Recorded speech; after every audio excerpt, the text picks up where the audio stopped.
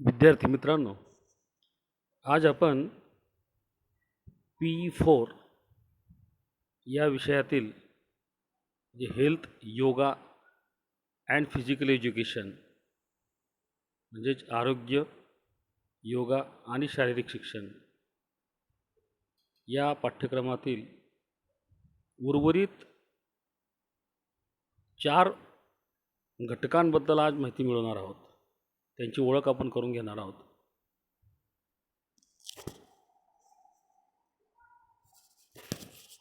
या ठिकाणी मागच्या तासाला आपण युनिट प्रकरण क्रमांक 1, 2, 3, 4 हे घेतले होते. हे दुसरं पुस्तक असल्या कारणानं या दुसऱ्या पुस्तकातलं हे प्रकरण 1 आहे, पण प्रत्यक्षात सिलॅबसमधलं हे युनिट क्रमांक 5 आहे. म्हणून तुम्ही याला युनिट क्रमांक 5 असं समजा. आणि हे जे खाली जे सब युनिट दिलेले आहेत 1.1, 1.2, 1.3, 1.4 हे आपण 5.1, 5.2, 5.3 आणि 5.4 असं समजूया. तर या प्रकरण 5व्यामध्ये एकूण 4 सब युनिट आहेत.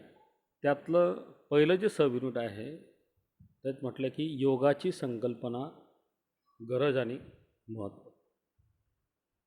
मित्रांनो, तुम्हाला सगळ्यांना योगाबद्दल आयडिया आहे. आता योगाच्या संदर्भामध्ये अनेक संतांनी किंवा स्वामीजींनी किंवा अनेक लोकांनी, अनेक साधू संतांनी किंवा जे काही वेगवेगळ्या या ज्या काही संघटना आहेत, या काही NGO आहेत, जसं आर्ट ऑफ लिव्हिंग आहे, श्री श्री रविशंकरजी यांनी स्थापन केलेलं. तर अशा योगी लोकांनी योगाच्या संदर्भामध्ये खूप चांगल्या पद्धतीची माहिती आज समाजापर्यंत पोहोचवलेली आहे. पूर्वी योग हा फक्त काही ठराविक लोकांसाठी होता असं मानलं जायचं, परंतु आता ही संकल्पना जनसामान्यापर्यंत आता येऊन पोचलेली आहे. तेव्हा या पहिल्या 5.1मध्ये आपण योगाची संकल्पना म्हणजे नेमकं योग म्हणजे काय, त्याची गरज काय आहे आणि त्याचं आजच्या जीवनामध्ये महत्त्व काय आहे याविषयी आपण माहिती बघणार आहोत. दुसऱ्या याच्यामध्ये 5.2मध्ये योगाचा इतिहास आपण बघणार आहोत. आपल्या भारतीय संस्कृतीमध्ये योगाचा इतिहास जवळपास 5,000 वर्षापूर्वीचा. कारण जे प्राचीन ऋषीमुनी होऊन गेले त्यांनी याची निर्मिती केलेली आहे, लक्षात घ्या. आणि खूप वर्षापूर्वीची ही गोष्ट आहे. त्या इतिहासाबद्दल आपण बघणार आहोत. तिसऱ्या सब युनिटमध्ये योगासनांबद्दल आपण माहिती घेणार आहोत. योगासनं म्हणजे नेमकं काय, आसने ही नेमकी कशी असतात, कोणकोणत्या प्रकारची आसनं आपण रोज केली पाहिजे या संदर्भातली माहिती याच्यामध्ये आहे. कदाचित तुम्हाला सूर्यनमस्कार या आसनाबद्दल माहिती असेल. सूर्यनमस्कार आपण रोज जर घातले तर त्याचे आपल्याला खूप फायदे मिळतात. अजूनही बरेच आसनं आहेत, त्यांच्याबद्दल आपण त्या वेळेला माहिती घेणार आहोत. त्याच्यानंतर चौथं जे सब युनिट आहे ते म्हणजे क्रिया आणि प्राणायाम. प्राणायामबद्दल तर बऱ्याच लोकांना कल्पना असेलच की आपण आता TV वरती पाहतो, अनेक लोक TV वर येऊन प्राणायामबद्दलची माहिती देतात, जसं की कपालभाती, भस्त्रिका, त्याच्यानंतर अनुलोम विलोम, भ्रामरी है ना. तर अशा प्रकारचे जे प्राणायामचे जे प्रकार आहेत ते आपल्याला सगळ्यांना आता परिचित झालेले आहेत. आणि एवढंच नाही तर आपल्याला ते प्राणायाम करतासुद्धा येतात. तसेच काही क्रियासुद्धा असतात. मग या क्रियांमध्ये मग काही सूक्ष्म क्रिया ह्या असतात. म्हणजे की प्राणायाममध्ये एक विशिष्ट प्रकारच्या लयीने श्वासाची गती ही फिक्स असते प्राणायामामध्ये. पण क्रियेत मात्र तसं नसतं. क्रियेत थोडीशी गती ही कमी अधिक केली की ती क्रिया होते, मग ते प्राणायाम राहत नाही. लक्षात घ्या. तर काही क्रिया, जसं उज्जयी श्वास ही एक क्रिया आहे ना. तर अशा प्रकारच्या काही क्रिया आणि प्राणायाम यांच्या संदर्भातली माहिती आपण या 4थ्या युनिटमध्ये बघणार आहोत. त्याच्यानंतर इथं प्रकरण 2 दिसतं आहे, पण हे प्रकरण 6वं आहे, ध्यानधारणा आणि अष्टांग योग, मेडिटेशन अँड अष्टांग योगा. या प्रकरण 6व्यामध्ये एकूण 5 सबयुनिट आहेत. जसं 6.1मध्ये ध्यानधारणेची संकल्पना, गरज आणि महत्त्व. ध्यान म्हणजे काय? आता मी एवढं डिटेलमध्ये इथं सांगणार नाही, पण बहुतेकांना असं माहिती आहे की दोन्ही डोळ्यांच्या मध्ये लक्ष केंद्रित करायचं म्हणजे ध्यान. कदाचित अशी संकल्पना बऱ्याच जणांची असेल, किंवा नाकाच्या शिंड्याकडे आपण बघत राहायचं किंवा लक्ष केंद्रित करायचं म्हणजे ध्यान, असं काही जणांना माहिती असेल. पण प्रत्यक्षात ध्यानाची संकल्पना तशी नाही आहे. इंग्रजीत असं म्हणतात की meditation is not concentration. Meditation is not concentration, but the concentration is the effect of or impact of meditation. म्हणजे कोणत्याही गोष्टीवरती लक्ष केंद्रित आपल्याला करायचं नाही, सहज बसायचं. जसं आपण पद्मासनात न बसता साधं मांडी वळून बसणं आणि कुठेही लक्ष द्यायचं नाही, तर बसून राहायचं. आणि जे काही विचार येत असतील ते येऊ द्यायचे असतात. याच्यासाठी मी तुम्हाला नंतर एकदम खूप डिटेलमध्ये डिस्कशन करणार आहे ह्याच्यामध्ये.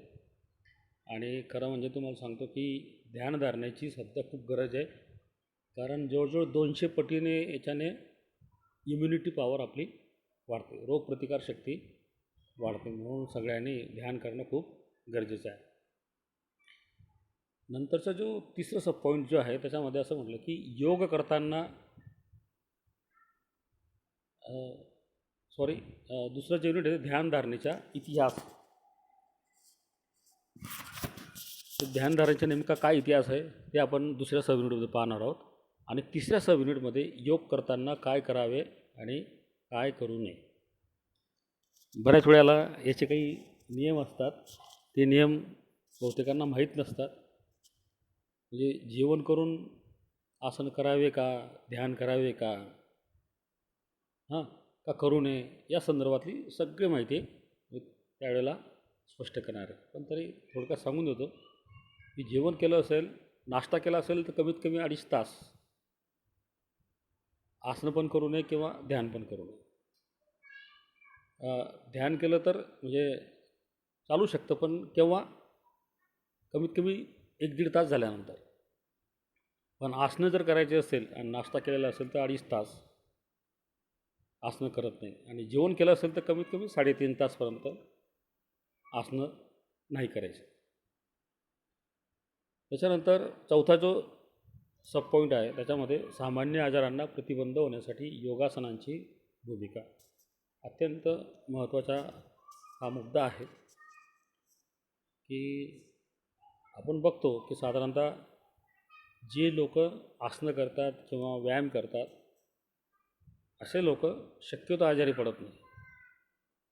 त्याचे कारण म्हणजे त्यांच्या शरीरामध्ये रोगांच्या विरुद्ध लढण्यासाठी जी एक रोगप्रतिकारक शक्ती असते ती मोठ्या प्रमाणावरती विकसित झालेली असते. आणि म्हणून जे व्हायरस असतात, जे बॅक्टेरिया असतात, त्यांचा एवढा काही परिणाम त्यांच्या शरीरावरती होत नाही. म्हणून सर्वसामान्य जे आजार असतात त्यांच्यामध्ये योगासनांची भूमिका खूप महत्त्वाची असते. आणि शेवटचं जे पॉईंट आहे याच्यात मूळ योगिक कृतींचे अध्ययन व सादरीकरण, आसने व प्राणायाम, क्रिया आणि ध्यानधारणा.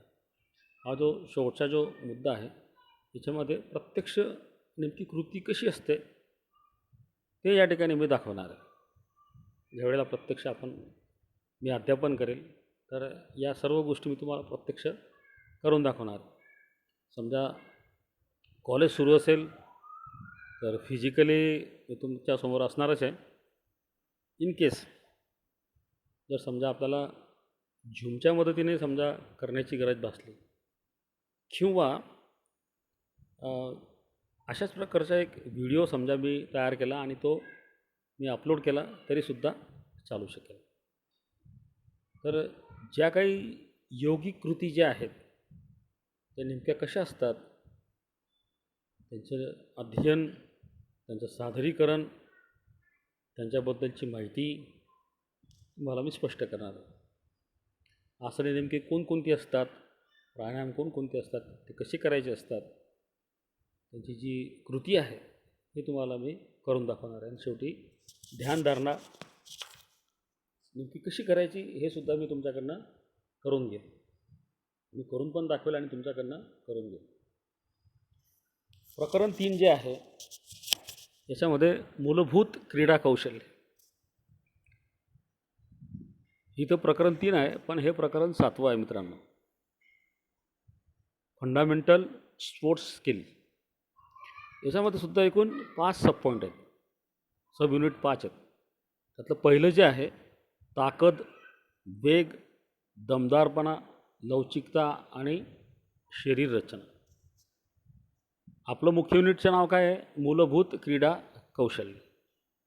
आता क्रीडा म्हटलं की तो खेळ येण्यासाठी आपल्याला काही कौशल्यांची गरज भासते. त्यातली काही कौशल्य कोणती? एक म्हणजे शक्ती पाहिजे, ताकद पाहिजे, वेग पाहिजे, दमदारपणा पाहिजे.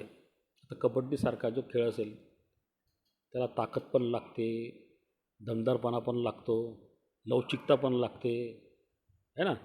तर नंतर आणि शरीररचना. तर ह्या ज्या सगळ्या गोष्टी इथं स्पष्ट केलेल्या आहेत, दाखवलेल्या आहेत, तर या अत्यंत महत्त्वाच्या आहेत. ही सर्व कौशल्य आहेत. लवचिकता हे कौशल्य आहे, लक्षात घ्या. दमदारपणा हे सुद्धा कौशल्य आहे, वेगसुद्धा कौशल्य आहे, ताकदसुद्धा कौशल्य आहे. याच्याबद्दलची माहिती आपण त्यावेळेला पाहूया. दुसरा जो सब पॉईंट आहे त्याच्यामध्ये ट्रॅक आणि क्षेत्राच्या मूलभूत बाबी. इथं ट्रक शब्द दिसतो या ठिकाणी पण तो ट्रॅक आहे. आणि क्षेत्राच्या मूलभूत बाबी. ट्रॅकबद्दल सगळ्यांना कल्पना असेलच. एक 400 मीटरचा ट्रॅक असतो आणि त्या 400 मीटरच्या ट्रॅकमध्ये आपण 100 मीटर, 200 मीटर, 400 मीटर, 800, 1000, 1500 किती आपण स्पर्धक आपण म्हणजे ती स्पर्धा घेऊ शकतो. 100 मीटरची असेल, 200 मीटरची असेल, 400 मीटरची असेल, 1500 मीटरची स्पर्धा असेल किंवा अजून जास्त असेल. त्याच्यानंतर तिसरा जो मुद्दा आहे तो म्हणजे जिम्नॅस्टिक्स. जिम्नॅस्टिक्सबद्दलसुद्धा आपल्याला पुरेशी कल्पना आहेच. त्या खेळाबद्दलसुद्धा आपण व्हिडिओच्या माध्यमातून आपण त्याच्याबद्दलची माहिती घेणार आहोत. त्याच्यानंतर काही वैयक्तिक खेळ या ठिकाणी चौथा मुद्दा घेतला आहे, वैयक्तिक खेळ. आता वैयक्तिक खेळाबद्दलसुद्धा तुम्हाला सगळ्यांना बरीच माहिती असेल. त्याच्यात 100 मीटर, 200, 400, 800 हे सगळे वैयक्तिक खेळ आहेत. आणि लांब उडी, उंच उडी, तिहेरी उडी, त्याच्यानंतर बांबू उडी, गोळाफेक, थाळीफेक, भालाफेक, हातोडाफेक असे वेगवेगळे वैयक्तिक खेळ आहेत.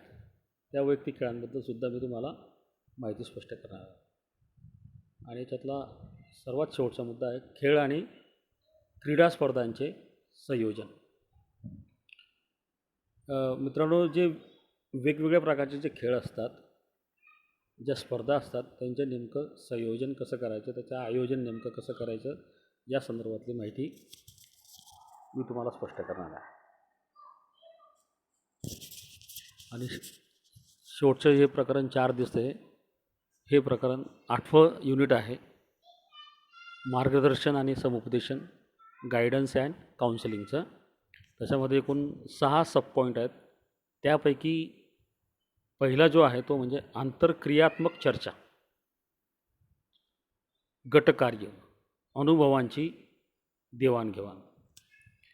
म्हणजे मार्गदर्शन आणि समुपदेशन करण्यासाठी जी मुलं एकत्र आलेली असतात तर त्यांच्यामध्ये आंतरक्रियात्मक चर्चा घडवून आणणं अत्यंत आवश्यक आहे. जे काही विषय असतील त्या विषयांनुसरून साधक बाधक चर्चा घडवून आणणं मुलांमध्ये, किंवा छोटे छोटे गट करायचे आणि गटामध्ये कार्य घडवून आणायचं आणि अनुभवांची देवाणघेवाण ही आपल्याला अशा प्रकारच्या कार्यक्रमातून करता येते.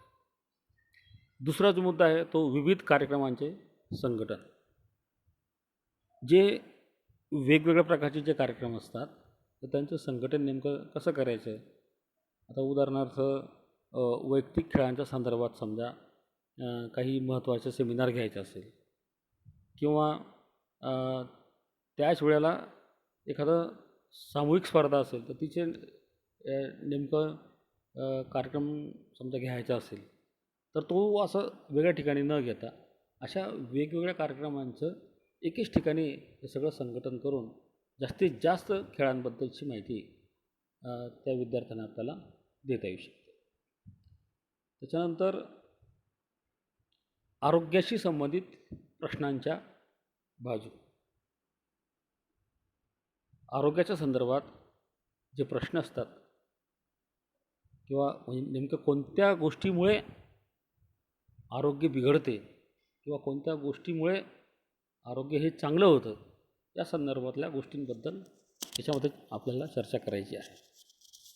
चौथा जो सब पॉईंट आहे त्यामध्ये शालेय आरोग्य तपासणीचे आयोजन, संदर्भ सेवा, प्रथमोपचाराचे धडे.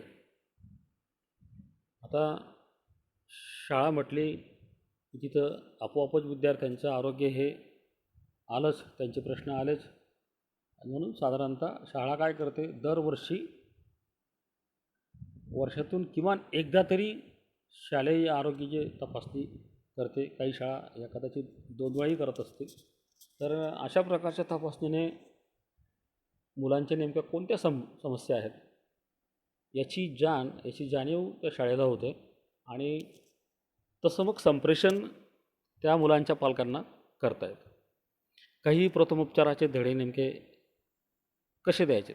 फर्स्ट एड, ती जी बॉक्स आहे, फर्स्ट एडची बॉक्स असते, त्याच्यामध्ये वेगवेगळ्या प्रकारचे औषधं असतात, मलमं असतात, काही पट्ट्या असतात त्या ठिकाणी. त्यांचा वापर नेमका कसा करायचा, काही सोल्युशन असतात, त्यांचा वापर नेमका कसा करायचा हे त्या ठिकाणी शिकवलं जातं. 5वा जो सब पॉईंट आहे त्याच्यामध्ये वैयक्तिक तसेच गट अध्ययनार्थासाठी प्रकल्प व स्वाध्याय आणि त्यांच्या कार्यक्रमांच्या नोंदी. वैयक्तिक तसेच गट अध्ययनार्थीसाठी प्रकल्प व स्वाध्याय आणि त्यांच्या कार्यक्रमांच्या नोंदी. म्हणजे इथं काय केलं जाणार आहे, म्हणजे इथं